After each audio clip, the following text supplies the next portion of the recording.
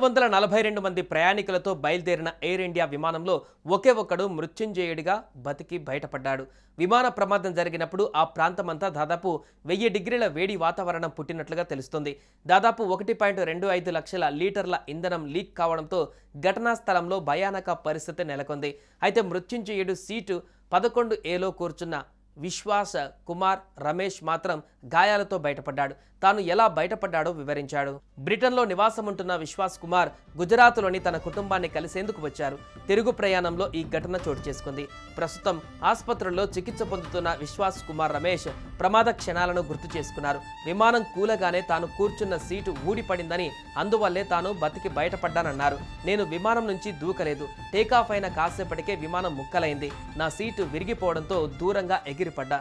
అందుకే విమానంలో చెలరేగిన మంటలు నాకు అంటుకోలేదు అని విశ్వాస్ కుమార్ చికిత్స సమయంలో వైద్యులకు తెలిపారు.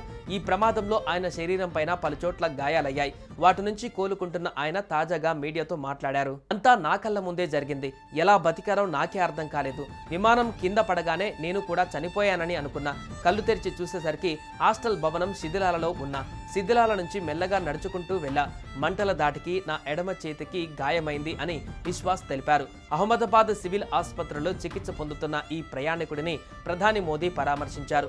ఆరోగ్య పరిస్థితిని అడిగి తెలుసుకున్నారు. విశ్వాస్ కు ఎలాంటి ప్రాణాపాయం లేదని వైద్యులు తెలిపారు. రమేష్ కు ఛాతీ, కళ్ళు, కాళ్లకు బలమైన దెబ్బలు తగిలాయి. అంతకుముందు విమానం కూలిపోయి దగ్ధమవుతుండగా గాయపడిన రమేష్ అంబులెన్స్ వైపు నడుచుకుంటూ వస్తున్న దృశ్యాలు ఓ వీడియోలో కనిపించాయి. విమానంలో ఇతర ప్రయాణికుల పరిస్థితి గురించి స్థానికులు రమేష్ ను అడగడం కనిపించింది. విమానం పేలిపోయింది అని గుజరాతీలో రమేష్ చెప్పడం వినిపించింది. ఇక ఎయిర్ ఇండియాకు చెందిన బోయింగ్ 7878 డ్రీమ్ లైనర్స్ లో 11A seat economic class cabin కు చెందిన మొదటి వరుసలో ఉంటుంది.